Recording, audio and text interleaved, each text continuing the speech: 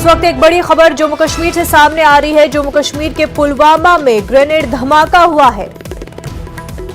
मिलिटेंटों ने post office के पास grenade फेंका। पुलिस और सीआरपीएफ के मुश्तरका नाके को निशाना बनाया गया है। हमले में 2 पुलिस एहलकार जख्मी हुए हैं। सिक्योरिटी फोर्सेस ने इलाके को मुहासरे में ले लिया है। काफी अहम खबर इस वक्त की जम्मू कश्मीर के पुलवामा से आपको बता रहे हैं, जहां पर ग्रेनेड धमाका हुआ है। मिलिटेंटों ने पोस्ट ऑफिस के पास ग्रेनेड फेंका। पुलिस और सीआरपीएफ के मुश्तरका नाके को निशाना बनाया गया है और इस हमले में आपको बता दें 2 पुलिस एहलकार जख्मी हुए हैं। सिक्योरिटी फोर्सेस ने इलाके को मुहासरे में ले लिया है। तलाशी कार्रवाई जारी है। पूरा मामला पुलवामा का है, जहां पर पोस्ट ऑफिस के पास ग्रेनेड फेंका गया है। पुलिस और सीआरपीएफ के मुश्तरका नाके को यहां पर मिलिटेंटों ने निशाना बनाया है। हमारे नुमाइंदे बिलाल खान इस वक्त हमारे साथ जुड़ चुके हैं। बिलाल, तफसीलात बताएं। देखिए मुनज़्ज़ा, आज बाद दोपहर मिलिटेंटों ने इस नाके को निशाना बनाया, ग्रेनेड दागा, जहां पर पुलिस और सीआरपी के मुश्तरका नाका मामूल के मुताबिक होता है, हर रोज होता है।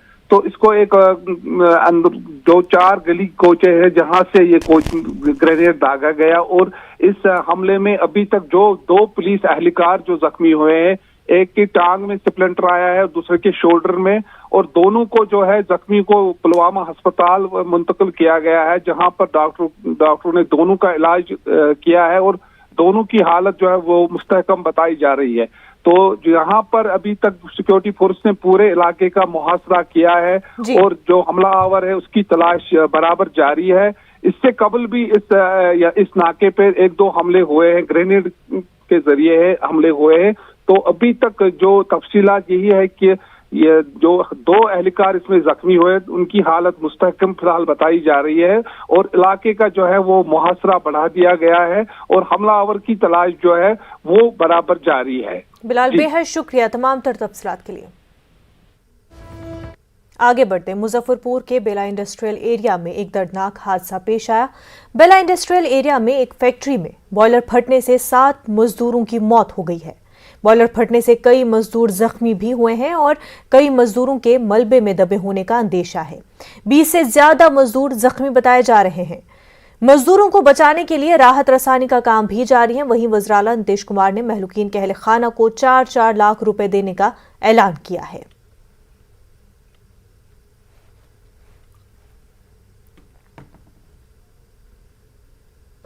तो मुजफ्फरपुर के बेला औद्योगिक क्षेत्र में जो फेज 2 है, वहां पर यह बहुत बड़ा धमाका हुआ है। कुरकुरे फैक्ट्री है, जहां पर आप तस्वीर देखेंगे कितना बड़ा जो विस्फोट हुआ है, हम आपको दिखाएंगे। वो तस्वीर देख सकते हैं किस तरीके से एक बहुत बड़ा विस्फोट और किस तरीके से यहां पर इसका एक असर देखा जा रहा है। इतनी बड़ी फैक्ट्री किस तरीके से ध्वस्त हो गई है। आसपास के कई किलोमीटर तक लोगों को भूकंप का एहसास हुआ है। तो इतनी बड़ी धमाका, इतना बड़ा धमाका जो हुआ है, आप देखेंगे किस तरीके से जो मलबे हैं, ये सब बॉयलर के पार्ट हैं। आप देखेंगे बॉयलर के पार्ट हैं जो अब विस्फोट की वजह से पूरी तरीके से ध्वस्त हो चुके हैं और इसमें कई लोगों की मौत भी हो चुकी है। बताया जा रहा है कि इस मलबे में भी अभी कई लाशें दबी हुई होंगी। हालांकि स्थानीय लोगों की माने तो यह विस्फोट जो है करीब 8:30 से 9 बजे के बीच में हुआ था। उसके बाद जिस तरीके से स्थानीय लोगों ने कहा कि उनका मानना है कि जैसे भूकंप आया उस तरीके की स्थिति यहाँ पर देखने को मिली और जिस तरीके से आप देख सकते हैं तस्वीरें, यहाँ पर दीवार टूट चुका है, पूरा फैक्ट्री जो है वह ध्वस्त हो चुका है, कई लाशें जो हैं वह निकाली गई है। ऐसे में आप देखेंगे यहाँ पर कई लोग हैं, स्थानीय हैं, उनसे हम जानने का प्रयास करेंगे क्या कुछ हुआ था। लगभग 9:15 पर हम अपने आवास सिरपुर चौक पर थे। एक जोरदार धमाका हुआ है और हम लोग को तो पहले व्यतीत हुआ कि भूकंप की जोरदार झटका है। फिर हम लोग को पता चला है कि बेला में बॉयलर फटा है फेज 2 में। तो हम लोग यहाँ पर आए तो ये मैगी फैक्ट्री है। यहाँ पे जोरदार मतलब धमाका हुआ है, पूरा अस्त व्यस्त था। हम लोग लगभग 4-5 घायल लोगों को हम लोगों ने बेला थाने स्थानीय पुलिस की जो गाड़ी है उसमें लाद कर हम लोगों ने मेडिकल के लिए भेजा है और 4-5 लोगों को अभी तक मृत घोषित जो थे उनको एम्बुलेंस के माध्यम से हम लोगों ने मेडिकल के लिए भेजा। अनुमान है कितने लोगों की मौत हो गई होगी? लगभग अनुमान अभी तक 40 से 50 लोग अभी तक दबे हो सकते हैं। लाश निकल चुकी है। हाँ, 4-5 स्थिति एकदम खराब है, एकदम सबके टुकड़ा में चित्रे उड़े हुए हैं। ये जो तस्वीर है ये कहीं ना कहीं बहुत ही भयावह तस्वीर। मुजफ्फरपुर में सुबह सुबह एक बहुत बड़ा हादसा हो गया है, जो बॉयलर है वह फट गया फैक्ट्री में और इसकी वजह से जो यहाँ पर स्थिति आप देख सकते हैं, अफरा तफरी का माहौल हो गया और तमाम जो आप स्थिति जो फैक्ट्री के अंदर की तस्वीर जो बेहद भयावह, कहीं ना कहीं देख सकते हैं तमाम जो मशीन जो है वह ध्वस्त हो चुके हैं। कई जो ये मलबा बन चुका है, इसमें कई लाश दबे होने की बात कही जा रही है। बताया जा रहा है आसपास की जो दीवारें हैं वो भी टूट चुकी है। तो एक बहुत बड़ा हादसा जो है वह मुजफ्फरपुर में हुआ है। आज सुबह सुबह रविवार का दिन और सुबह सुबह इतनी बड़ी हादसा हो गई। तमाम स्थानीय पुलिस जो है, चाहे महिला थाना हो, काजी मोहम्मद थाना हो, नगर थाना हो, सदर थाना हो या फिर मिठनपुरा थाना हो, बेला औद्योगिक क्षेत्र के जो थाना है वो तमाम यहाँ पर पहुंचे हैं। खुद एसएसपी जयंतकांत भी यहाँ पर पहुंचे, डीएम प्रणब कुमार भी पहुंचे हैं। तो स्थिति बहुत ही भयावह है। देख सकते हैं किस तरीके से हम आपको लगातार वो तस्वीर दिखा रहे हैं। अभी भी कोशिश की जा रही है, रेस्क्यू किया जा रहा है कि अगर कोई दबा हुआ हो तो उसे निकाल लिया जाए। लगातार अपडेट आप बेला औद्योगिक क्षेत्र की देख रहे हैं, जहां पर एक बहुत बड़ा धमाका हुआ है। कुरकुरे फैक्ट्री में बॉयलर विस्फोट किया है। मुजफ्फरपुर से न्यूज 18 के लिए प्रियांक सौरभ। हमारे साथ बिहार सरकार के उद्योग मंत्री सैयद शाहनवाज हुसैन, उनसे बात करते हैं। सर, जिस तरह से मुजफ्फरपुर के बेला औद्योगिक क्षेत्र में एक बॉयलर फट गया है, सर कुछ लोगों के निधन की भी खबर आ रही है। ये बहुत दुखद घटना हुई है। बॉयलर फट गया है जिसकी वजह से आसपास की जो फैक्ट्री है उसको भी नुकसान हुआ है। एक अखबार का दफ्तर है उसको भी नुकसान हुआ है और अभी तक 6 से 7 कैजुअल्टी की सूचना है और ये अभी वहाँ से मलबा साफ किया जाएगा तो पूरी स्थिति स्पष्ट होगी। कुछ लोगों को अस्पताल में भर्ती कराया गया है, इसकी पूरी जांच की जाएगी। बॉयलर ऐसे तो ये बहुत बड़ा एक्सीडेंट है कि इतने लोग हताहत हुए। कुछ दिन 2 दिन कबल ही मैं बेला इंडस्ट्रियल एरिया में गया था और वहाँ के डेवलपमेंट के लिए सब बातचीत की थी, लेकिन ये सूचना काफ़ी दुखदाई है कि जहाँ बेला इंडस्ट्रियल एरिया मुजफ्फरपुर में कई उद्योग लगे हुए हैं और कई उद्योग वहाँ आ रहे हैं, लेकिन बॉयलर फटना एक बड़ा एक्सीडेंट है और जो लोग हताहत हुए हैं उनके परिवार के प्रति बहुत संवेदना है और बहुत दुख है। वजीर दाखिला अमित शाह ने उत्तर प्रदेश के कासगंज में अवामी रैली से खिताब किया और सरकार की हुसूलियाबियों का जिक्र किया। अमित शाह ने कहा कि यूपी में पहले फसादात होते थे, अब तरक्की हो रही है। अमित शाह ने कहा कि इस बार बीजेपी उत्तर प्रदेश में 300 से ज्यादा सीट लेकर आएगी। पूरे प्रदेश में पहले दंगे होते थे, अब प्रदेश में यूनिवर्सिटियां बन रही है, मेडिकल कॉलेज बन रहे हैं, हवाई अड्डे बन रहे हैं, उद्योगों का जाला बिछ रहा है और प्रदेश गुंडा राज से मुक्त हो गया। अखिलेश जी, क्या देखकर वोट मांगने निकले हो? आपको यूपी की जनता जानती है। आपके 5 साल में 700 से ज्यादा दंगे हुए थे, 700 से ज्यादा। योगी जी के शासन में 4.5 साल में किसी की हिम्मत नहीं है एक भी दंगा करे। दंगे होते हैं क्या? होते हैं क्या? मित्रों, डकैती के अंदर 70% की कटौती हुई है, लूट में 65% की कटौती हुई है, अपहरण और फिरौती में 50% की कटौती हुई है और बलात्कार में 65% की कटौती हुई है। माताओं और बहनों को सुरक्षा करने का काम भारतीय जनता पार्टी की सरकार ने किया। उत्तर प्रदेश के वजीर आला योगी आदित्यनाथ ने लखनऊ में ब्रह्मोस और DRDO लैब का संग बुनियाद प्रोग्राम में शिरकत की और इस मौके पर उन्होंने कहा कि भारत असलहे के मैदान में तरक्की के मनाजिल तय कर रहा है। अब इस मुल्क की हिफाजत ही नहीं बल्कि दीगर ममालिक के लिए हिफाजत का सामान करने के काबिल हिंदुस्तान को बनाया जाएगा। प्रोग्राम में मरकजी वजीर दिफा राजनाथ सिंह भी मौजूद थे। नया भारत है, नया भारत छेड़ता नहीं है, लेकिन अगर कोई छेड़ता है तो उसे छोड़ता भी नहीं है। और मुझे लगता है कि यह आत्मनिर्भर भारत की परिकल्पना को साकार करने का, रक्षा क्षेत्र में भी हम आत्मनिर्भर ही नहीं हैं, बल्कि दुनिया के देशों के लिए हम लोग यहां से भी रक्षा और उन देशों की सुरक्षा के लिए जो आवश्यक हो उस प्रकार का प्रोडक्शन भी करेंगे। 28 दिसंबर को वजीर आजम नरेंद्र मोदी कानपुर का दौरा करेंगे और IIT के कॉन्वोकेशन में शिरकत करेंगे। पीएम निराला नगर मैदान में अवामी जलसे से खिताब भी करेंगे। निराला नगर मैदान से ही मेट्रो ट्रेन का इफ्तिताह भी अंजाम देंगे। 29 दिसंबर से मेट्रो ट्रेन की खिदमात अवाम के लिए दस्तयाब रहेंगी। हमारे नुमाइंदे ने जायजा लिया, आइए देखते हैं। प्रधानमंत्री नरेंद्र मोदी 28 दिसंबर को कानपुर के इसी मैदान में जनसभा को संबोधित करेंगे। यहाँ पर आप देख सकते हैं कि जिस तरह से तैयारियां पूरी की जा रही हैं, जिस तरह के इंतजामात किए जाने हैं, यहाँ पर वाटरप्रूफ पंडाल बनाया जा रहा है, जिसको लेकर यहाँ पर जो कर्मचारी हैं वो लगे हुए हैं। यहाँ पर सबसे पहले प्रधानमंत्री नरेंद्र मोदी यहाँ IIT जाएंगे, जहाँ दीक्षांत समारोह में शिरकत करेंगे। उसके बाद वो मेट्रो स्टेशन IIT जाएंगे, वहाँ पर एक प्रदर्शनी जो मेट्रो की होगी उसे देखेंगे। उसके बाद वहाँ से मेट्रो से वो पहले यात्री के रूप में सफ़र करेंगे, वहाँ से गीतानगर मेट्रो स्टेशन पहुँचेंगे और वहाँ से कार द्वारा इस जनसभा में पहुँचेंगे। इस जनसभा में जब वो पहुँचेंगे तो यहाँ से बटन दबाकर मेट्रो का उद्घाटन करेंगे और स्कूली बच्चे उस मेट्रो में सफ़र करेंगे। कानपुर से संदीप सविता, न्यूज़ 18 उर्दू। हिंदुत्व और गाय के हवाले से बयानबाजी का सिलसिला जारी है। जब से राहुल गांधी ने हिंदू और हिंदुत्व पर बयान दिया है, तब से उस पर सियासत गर्म है। हाल ही में आरजेडी लीडर शिवानंद तिवारी ने कहा कि वीर सावरकर ने सवाल किया था कि एक जानवर इंसान के माँ या बाप कैसे हो सकता है। गाय को इंसानों की मां कहना नस्ल इंसानी की तौहीन है। सावरकर ने 1923 में पहली बार हिंदुत्व की इस्तिलाह इस्तेमाल की थी और कहा था कि हिंदू और हिंदुत्व दो अलग अलग चीजें हैं।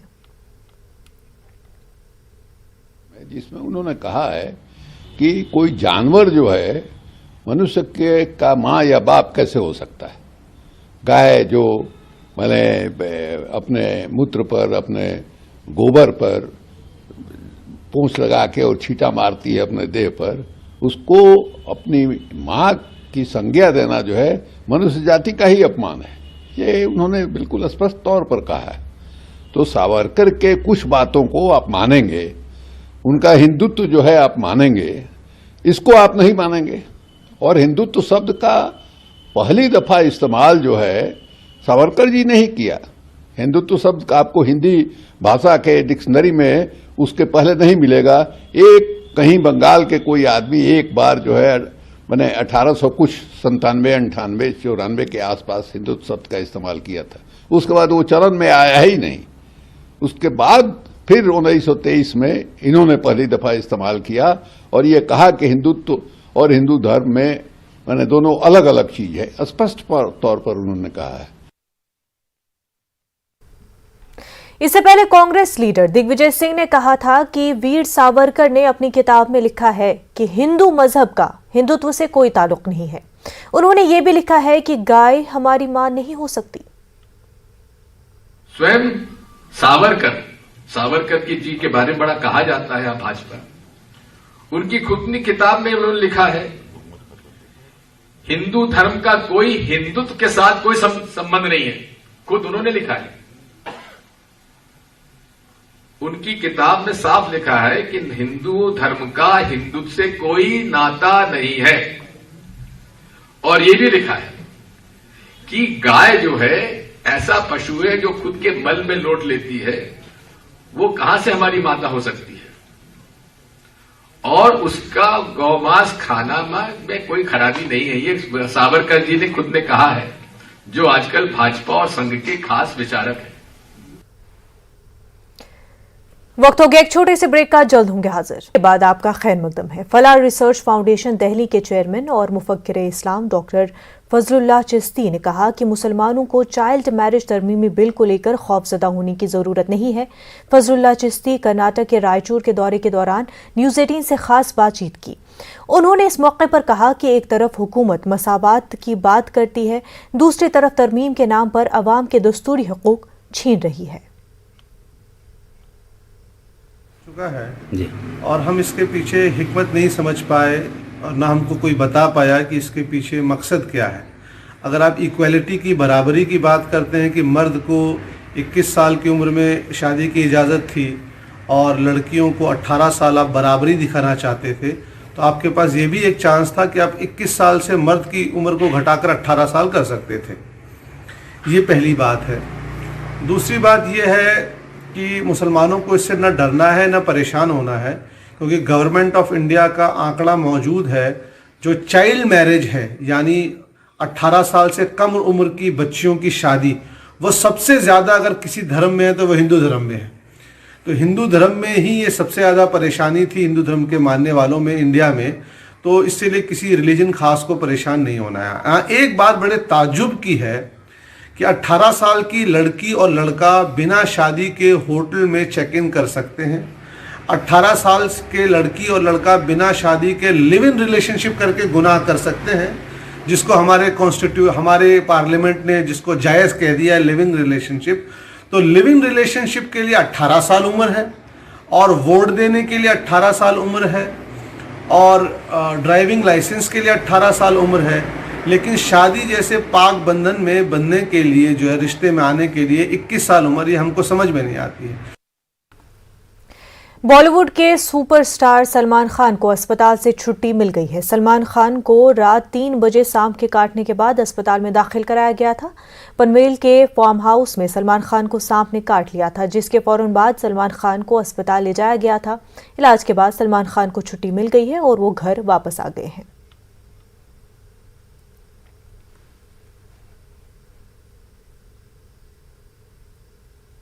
मन की बात में वजीर आजम नरेंद्र मोदी ने खिताब करते हुए कहा कि कोरोना की नई किस्म दस्तक दे चुकी है, ऐसे में हमें चौकसी इख्तियार करने की जरूरत है। पीएम ने कहा कि टीकाकारी का बड़ा निशाना हमने अबूर कर लिया है। पीएम ने कहा कि मुल्क में कुछ लोग अच्छा काम कर रहे हैं और ये लोग आने वाली नस्लों के लिए काम कर रहे हैं। पीएम ने कहा कि ओमाइक्रॉन पर लगातार काम हो रहा है। ये भी ध्यान रखना है कि कोरोना का एक नया वेरिएंट दस्तक दे चुका है। पिछले 2 वर्षों का हमारा अनुभव है कि इस वैश्विक महामारी को परास्त करने के लिए एक नागरिक के तौर पर हमारा खुद का प्रयास बहुत महत्वपूर्ण है। ये जो नया ओमिक्रॉन वेरिएंट आया है, उसका अध्ययन हमारे वैज्ञानिक लगातार कर रहे हैं। हर रोज नया डेटा उन्हें मिल रहा है, उनके सुझावों पर काम हो रहा है। ऐसे में स्वयं की सजगता, स्वयं का अनुशासन कोरोना के इस वेरिएंट के खिलाफ देश की बहुत बड़ी शक्ति है। हमारी सामूहिक शक्ति ही कोरोना को परास्त करेगी। इसी दायित्व बोध के साथ हमें 2022 में प्रवेश करना है। कांग्रेस लीडर रणदीप सुरजेवाला ने वजीर आजम नरेंद्र मोदी के ओमाइक्रॉन से मुतल्लिक बयान पर रद्द-ए-अमल दिया है। उन्होंने कहा कि मोदी सरकार ओमाइक्रॉन के खतरे को नजरअंदाज कर रही है और लोगों की जान को खतरे में डाल रही है। बिना नियंत्रण वाली सरकार,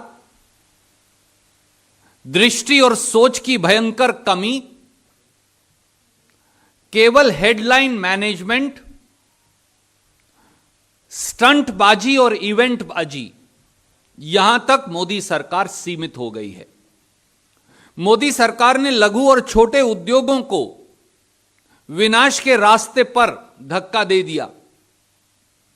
मोदी सरकार ने अर्थव्यवस्था को गर्त के अंदर झोंक दिया। सच्चाई यह है कि ओमिक्रॉन वायरस के जानलेवा खतरे को नजरअंदाज कर देशवासियों की जिंदगी को खतरे में डाल रही है मोदी सरकार। मोदी सरकार की आपराधिक लापरवाही से मरने वालों की ना आज तक संख्या मिली, ना उन्हें मुआवजा मिला। मरकजी वजारत सेहत के आदाद-ओ-शुमार के मुताबिक मुल्क भर में कोरोना के नए वेरिएंट ओमाइक्रॉन के 422 मामला अब तक दर्ज किए गए हैं। मरकज के जेर इंतजाम समेत कुल 17 रियासतों में ये तादाद रिकॉर्ड की गई है। ओमाइक्रॉन से लड़कर 130 अफराद सेहतियाब भी हुए हैं। मरकज और रियासती हुकूमतों की जानिब से ओमाइक्रॉन से बचाव के लिए मुख्तलिफ एहतियाती इक़दाम किए जा रहे हैं। कई रियासतों में रात का कर्फ्यू नाफिज कर दिया गया है और इसके अलावा कोविड प्रोटोकॉल पर अमलावरी के लिए अवाम से बार बार अपील की जा रही है। मुल्क भर में 24 घंटे में कोरोना के 6,987 नए मामला दर्ज किए गए हैं। गुज़िश्ता 24 घंटों में 162 कोरोना मरीजों की मौत की खबर है, जबकि 7,091 लोग सेहतियाब भी हुए हैं। मुल्क भर में फिलहाल 74,000 से ज्यादा एक्टिव मामले हैं और कुल 3,40,00,000 से ज्यादा अफराद के सेहतियाब हो चुके हैं। मरकज और रियासती हुकूमतों के अलावा तिब्बी माहिरीन ने मास्क और समाजी फासले और दीगर एहतियाती इक़दाम इख्तियार करने की अवाम से अपील की है। ओमाइक्रॉन के वसी होते दायरे के बीच कर्नाटक हुकूमत ने नाइट कर्फ्यू का फैसला लिया है। कर्नाटक से दोबारा रात के कर्फ्यू का ऐलान कर दिया गया है। 28 दिसंबर से अहकामात पर अमल किए जाएंगे। रात 10 बजे से सुबह 5 बजे तक पाबंदियां आयद रहेंगी।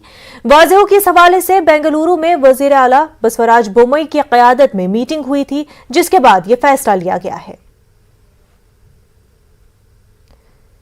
कर्नाटक में ईसाई बरादरी सादगी के साथ क्रिसमस त्यौहार मना रही है। पिछले साल की तरह इस बार भी कोरोना वबा की वजह से बड़े इज्तिमाआत पर पाबंदी आयद की गई है। दूसरी जानिब कर्नाटक में तब्दीली मजहब पर जारी सियासत की वजह से भी ईसाई तबका हुकूमत से नाराज दिखाई दे रहा है। बेंगलुरु में समाजी कारकुन यूनुस जान ने अपने रिश्तेदारों और दोस्तों के साथ क्रिसमस मनाते हुए कहा कि ईसाई तबके पर जबरदस्ती किसी का मजहब तब्दील करने का इल्जाम बेबुनियाद है। सिर्फ सियासी फायदे के लिए एक तबके को निशाना बनाया जा रहा है। वाज़ेह है कि इंसदाद तब्दीली मजहब बिल कर्नाटक की असेंबली में मंजूर हुआ है। कानून साज काउंसिल की मंजूरी मिलना बाकी है। बुलेटिन में फिलहाल इतना ही। हमें दीजिए इजाजत। आदाब।